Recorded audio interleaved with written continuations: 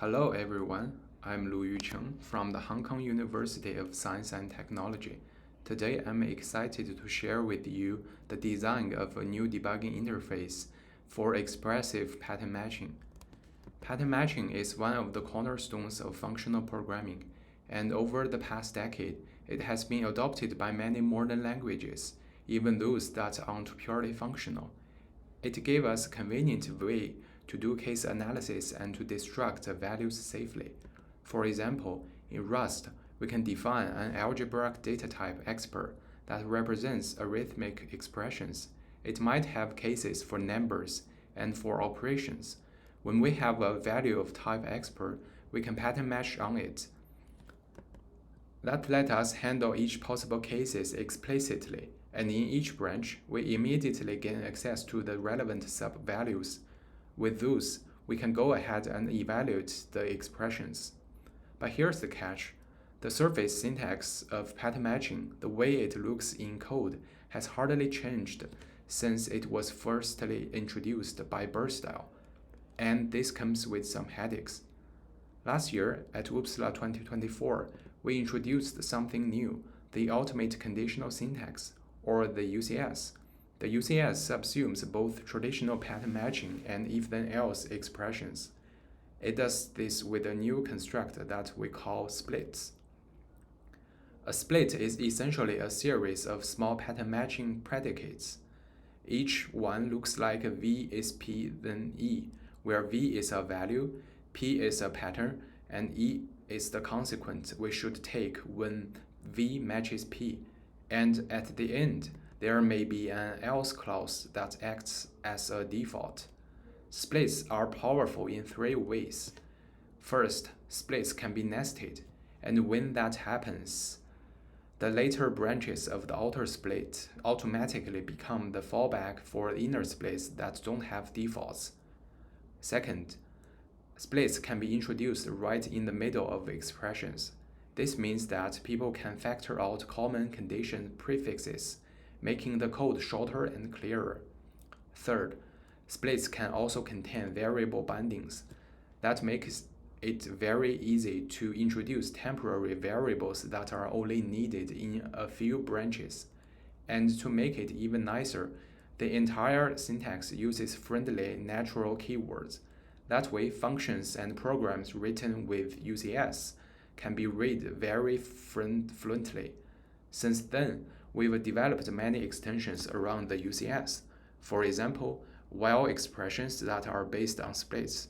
We've also designed shorthand constructs and generalized splits to appear in many other syntactic structures.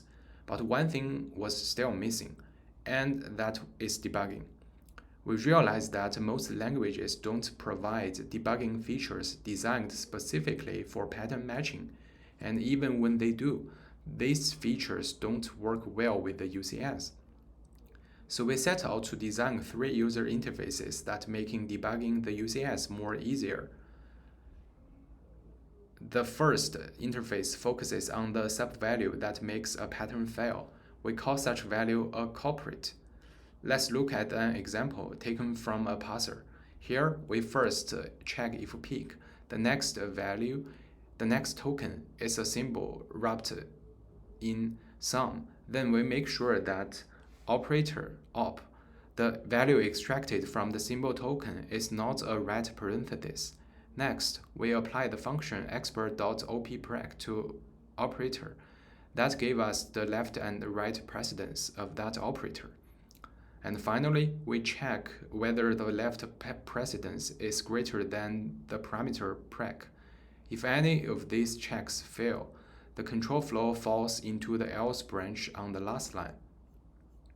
Now, with the traditional debugger, if it stops at line 9, we don't know why. We don't know which check failed or which value caused it. Our interface makes this visible. It highlights the failed pattern in red. Patterns that haven't been visited are shown in gray, and the successful patterns and conditions are shown in green. This way, the programmer can immediately see the culprit. The second interface takes a broader view. It visualizes the footsteps of control flow inside UCS expressions. As I mentioned earlier, in the UCS, the outer branches serve as fallbacks for inner ones. So when the debugger stops at a particular branch, the execution might have come from several different paths. The goal of this interface is to help answer the question, where have I been? Here's an example. We have a function that checks whether a given AVL tree node is balanced and performs the appropriate rotation if necessary. When the debugger stops at the last line, our interface shows the pattern and the conditions that were tested earlier. This becomes even more useful when we combine with the first interface. Together, they can reveal very detailed contextual information about how the program got into its current state. The third interface focuses on recursive functions. UCS expressions are especially useful in small recursive functions. For example, many binary tree operations can be implemented with just one single UCS expression. This is a great property because the tracing of a UCS expression can be visualized very neatly.